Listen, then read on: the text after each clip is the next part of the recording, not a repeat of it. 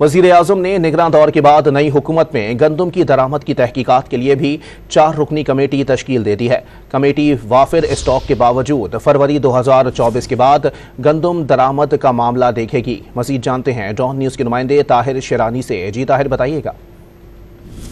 पहले वज़ीर आज़म की जानिब से जो रवां माली साल है यानी निगरान दौर और उसके बाद गंदम की दरामद से मुताल्लिक़ कमेटी तश्कील दी गई थी, और अब वज़ीर आज़म की जानिब से निगरान दौर के बाद यानी नई हुकूमत में फरवरी 2024 के बाद जो गंदम की दरामद जारी रखी गई है उसको उन्होंने नोटिस लिया है और 4 रुकनी कमेटी तश्कील दी गई है। सेक्रेटरी काबीना कामरान अली अफजल कमेटी की सरबराही कर रहे हैं।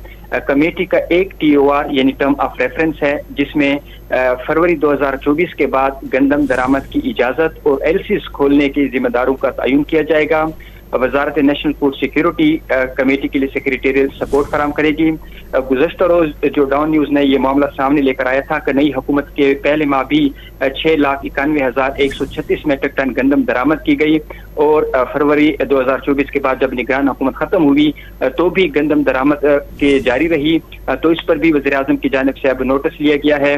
जो 4 रुकनी कमेटी है, कमेटी में एडिशनल सेक्रेटरी फाइनेंस डिवीजन, इसके साथ साथ एडिशनल सेक्रेटरी वजारत तिजारत एहसन अली मंगी, और इसके साथ साथ chief minister inspection inquiries and implementation Sindh Shakeel Ahmed मुगनी जो कमेटी में शामिल हैं, और कमेटी की सिफारिशात की रोशनी में वज़ीर आज़म की जानिब से फैसला किया जाएगा। जी, बहुत शुक्रिया ताहिर शेरानी अपडेट करने के लिए।